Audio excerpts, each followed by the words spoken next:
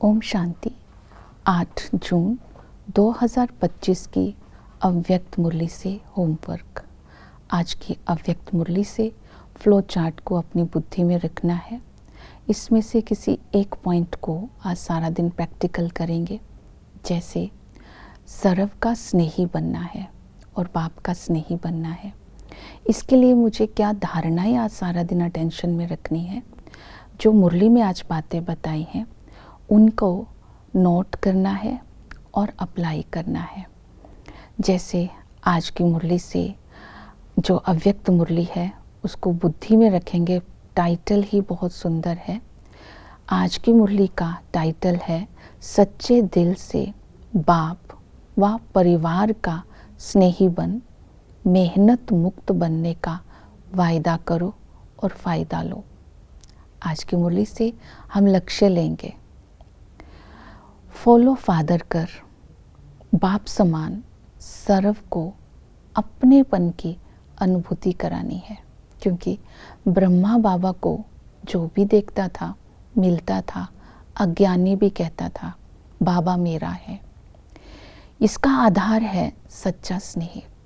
तो ऐसा सच्चा स्नेह, परमात्म स्नेह अगर अंदर होगा तो हम सर्व के स्नेही बन सकते हैं। तो प्रैक्टिकल में होमवर्क रहेगा, सच्चा स्नेही व सर्व का स्नेही बनने के लिए आज निरंतर बाप की याद में रहना है। कोई भी संकल्प व्यर्थ ना जाए, समर्थ संकल्प हो, माया का वार ना हो और कर्म क्षेत्र पर कंबाइंड होकर के रहना है। अंतर्मुखी बन करके लवलीन स्थिति के द्वारा गुणों के सागर के तले में जाकर गुणों की अनुभूति करते रहना है। अनुभूतियों के मोती चुगते रहना है। तब हम जब स्नेह से इतना भरपूर होंगे, तब हम सच्चे स्नेही बन बाप के और परिवार के स्नेही बन सकते हैं। इसके लिए हम सारा दिन स्मृति स्वरूप बन करके रहेंगे। पहली स्मृति रहेगी बाप के व परिवार का स्नेही बनने के लिए ये स्मृति रखनी है, मैं श्रेष्ठ स्वमानधारी आत्मा हूँ। मैं श्रेष्ठ स्वमानधारी आत्मा हूँ। इसकी परिभाषा है, जो स्वमानधारी आत्मा है उसकी दृष्टि, उसकी वृत्ति, कृति में सदा ही रहेगा। जिसके भी संपर्क में आएगा क्या अनुभूति करेगा, ये कोटों में से कोई आत्मा है। इस दृष्टि से, इस वृत्ति से सबके संपर्क में, संबंध में आएगा। स्वमानधारी आत्मा की जो विशेषता रहेगी, स्वमानधारी आत्मा स्वयं सदा स्वमान में रहती है। स्वमानधारी आत्मा जो होती है वो सर्व को सम्मान देती है। स्वमानधारी आत्मा का स्वभाव निर्माण होता है।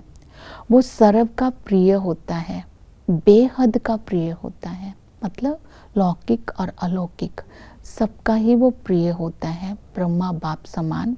स्वमानधारी आत्मा संबंध संपर्क में आने वाली आत्माओं को सदा ही स्वमान देकर आगे बढ़ाती है।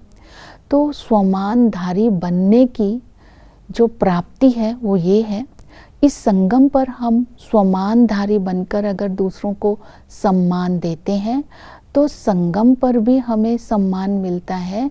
और भविष्य में आधा कल्प जब हम देवता होते हैं तब भी विश्व राज्याधिकारी होते हैं, तब भी हम सम्माननीय होते हैं। जब हम भक्ति मार्ग में पूज्य बनते हैं तब भी हमारा सम्मान रहता है। तो एक जन्म स्वमान में रहकर सबको सम्मान देना है। तो स्वमान में रहकर पहले स्वमान देना, इसके लिए फॉलो फादर करना होगा। जैसे बाबा यूथ को हमेशा विश्व कल्याणकारी का स्वमान देते थे। इस स्वमान से वो सब कार्य करते थे। कुमारियों को शिव शक्ति का स्वमान देते थे। बुजुर्गों को हम जिन्स का, अनुभवी का स्वमान देते थे। और प्रवृत्ति वालों को कहते थे तुम प्रवृत्ति में रहते, परवृत्ति द्वारा महात्माओं को भी झुकाने वाले हैं। अर्थात अपनी प्रवृत्ति में रहते, प्रकृति को पालते, अपनी उपराम वृत्ति में रहना।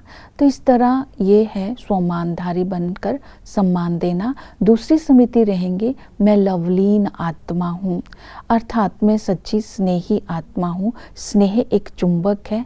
सच्चे दिल का स्नेह के कारण ही बाबा ने अपने धर्म की और राज्य की स्थापना हुई। स्नेह के कारण ही हम बाबा के बने हैं।